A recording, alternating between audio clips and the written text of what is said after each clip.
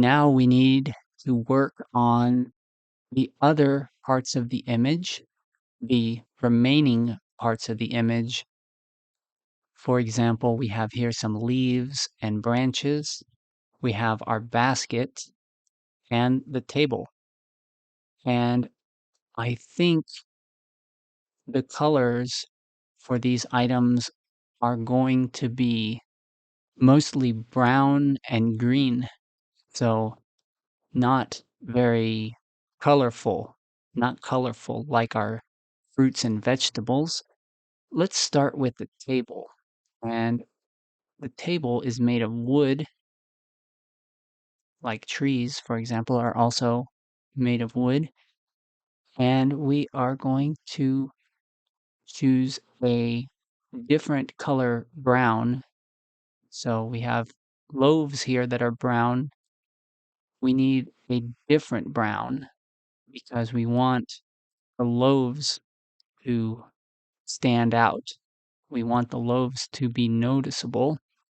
And if we pick the same brown, then the loaves are going to blend in. They will be difficult to see. And so I'm going to pick a light brownish gray. This is also good for showing age of the wood. This is wood that is outdoors. It's out in nature. And so this wood has been exposed to rain, exposed to sunlight, exposed to the elements. And this means that the color of the wood has faded over time. The color is less intense than it was when it was new wood. So now I'm just coloring in the boards of the table. I think this is the edge of the image here down at the bottom. It's a lot of space to fill in.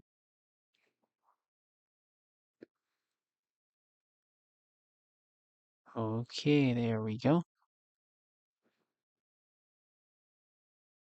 All right. And let me get this little space here. We can't forget the little space between the loaves of bread. Okay. Next, we have a tablecloth. Let's use a color. Let's see how a light pink, purple, maybe like lavender color works. Is this good? I don't know. Let's see. What other colors could we pick? Maybe a light blue? Yes, I think light blue works better. Um, but light blue might also later, when we color the sky, it might be too similar to the sky. What if we did light yellow instead? Yes, let's try yellow. Let's see, does yellow work here? Hmm. Yes. Okay, we will do yellow. So I will color this tablecloth in with yellow. Oops, and I went outside the lines a little. That's okay, because I can fix it.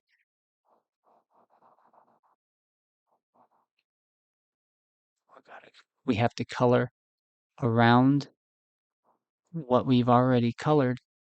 We have to color around apples, color around the tomatoes.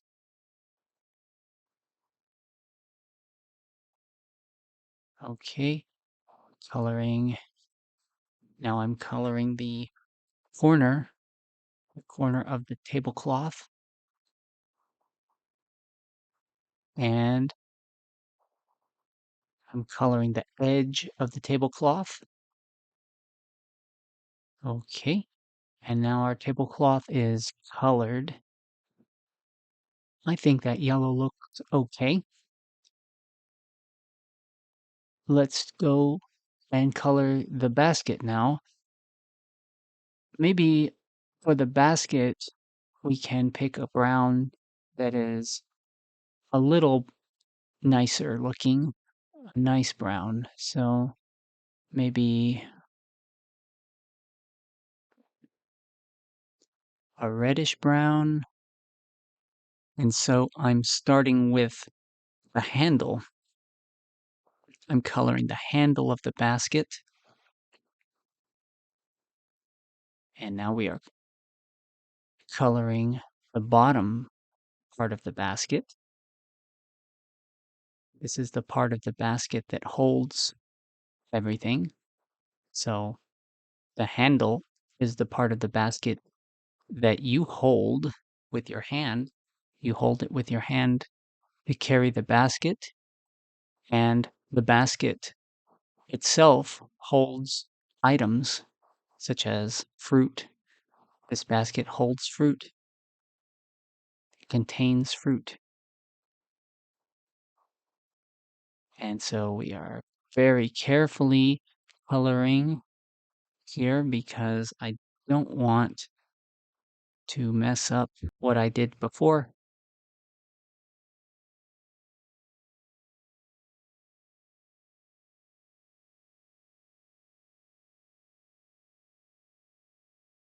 There we go. So our basket is colored in. This basket is lined with cloth.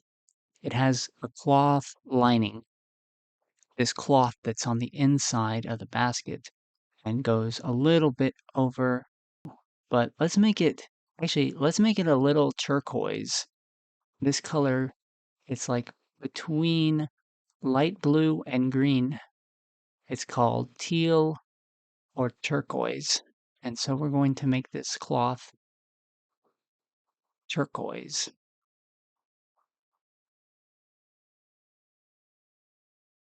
And this is just to make the fruit stand out a little more, to make the fruit more noticeable, easier to see. Makes a nice contrast. Contrast is like when there's a big difference between two things. For example, hot and cold is a contrast of temperatures, or light and dark is also a contrast. Another way of thinking of it is opposites. Opposites. Okay. We have just a little bit more of this cloth lining to finish. Okay. Now, what else do we have left? We have the stem of the grape bunch here, so we can make this brown. I will very carefully color this in with brown, being careful to stay inside the lines.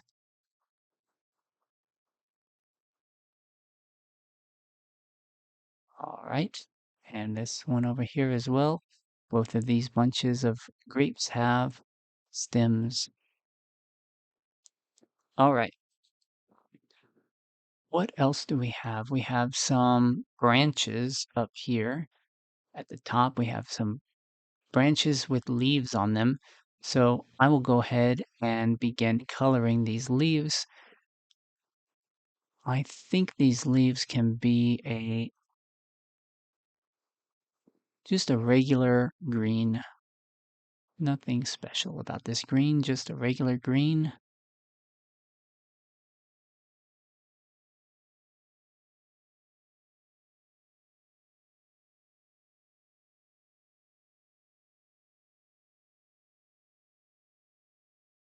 Okay, and it looks like this is a different type of plant, a different type of leaf. So I'm going to change the color. I'm going to make it a different shade of green, maybe a darker shade, so that it's different.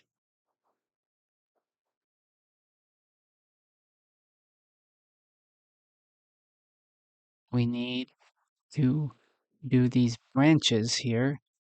These branches are going to be brown, and I'm just going to pick some brown here in the middle and be very careful to paint inside the lines here. We're coloring inside the lines.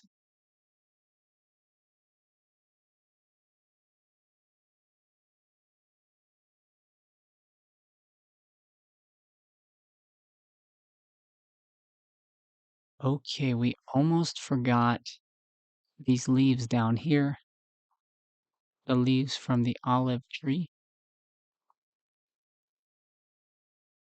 In English, olive branches represent peace, and we say to give somebody an olive branch or to extend somebody an olive branch means to make peace with them if you're having a conflict.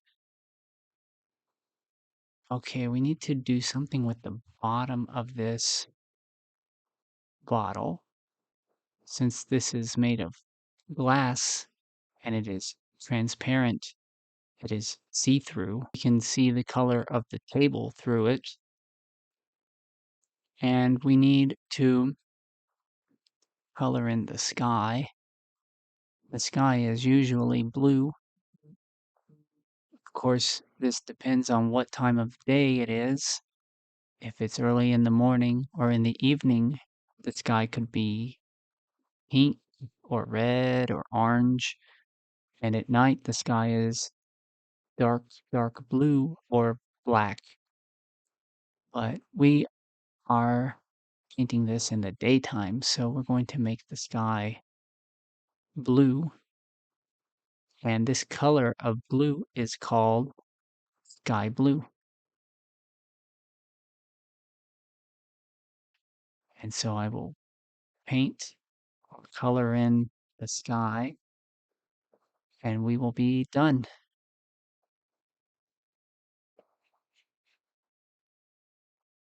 I need to be careful because there's lots of little nooks and crannies here.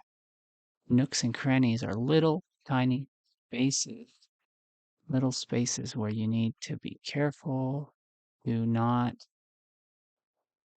color over what I've already colored.